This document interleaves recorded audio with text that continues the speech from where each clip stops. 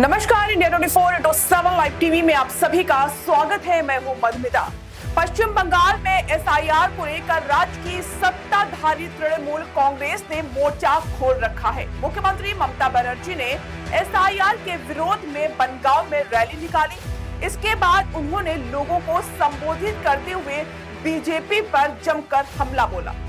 इस दौरान ममता बनर्जी ने कहा कि अगर बीजेपी ने बंगाल में मुझ पर हमले की कोशिश की तो मैं पूरे भारत में उसकी नींव हिला दूंगी। बीजेपी मुझे राजनीतिक रूप से लड़कर नहीं हरा सकती। उन्होंने आगे पूछा, क्या बीजेपी शासित राज्यों में एसआईआर कराने का मतलब ये है कि केंद्र स्वीकार करता है कि वहां घुसपैठिए मौजूद?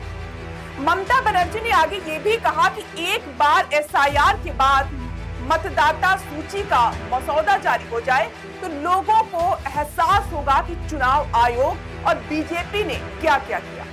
अगर एसआईआर 2-3 साल में कराया जाता तो हम हर संभव संसाधन से इस प्रक्रिया का समर्थन करेंगे।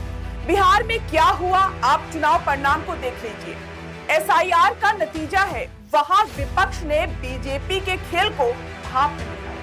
अगर बीजेपी बंगाल में मुझ पर हमला करने की कोशिश करेगी तो मैं पूरे भारत में उसकी नींव हिला दूंगी। इस तरह के आरोप ममता बनर्जी ने बीजेपी पर लगाए। बंगाल के सीएम ने आगे कहा कि मुझे बांग्लादेश एक देश के रूप में बहुत पसंद है क्योंकि हमारी भाषा एक ही है। मैं बीरभूम से हूं, एक दिन में मुझे बांग्लादेशी कहेंगे, चिंता मत करिए।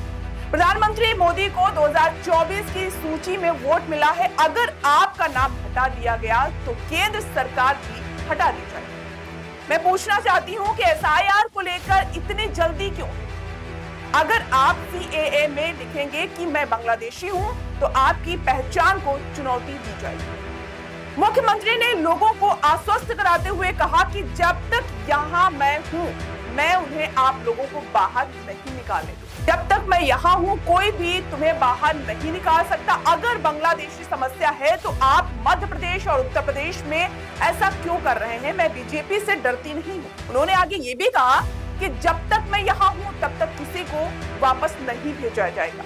बीजेपी के कुछ नेता तो ये भी कहते हैं कि पहले मैं बांग्लादेशी नागरिक थी। भाजपा तकनीक रूप से आपको सीएए कार्ड के नाम पर कार्ड बेच रही है और पैसे इकट्ठा कर रही है। उन्होंने राज्य में चल रहे एसआईआर की प्रक्रिया का हवाला देते हुए कहा कि इसकी वजह से 35 लोगों की मौत भी हो चुकी है। रिंकू ने अपनी मौत के लिए चुनाव आयोग को जिम्मेदार ठहराया है।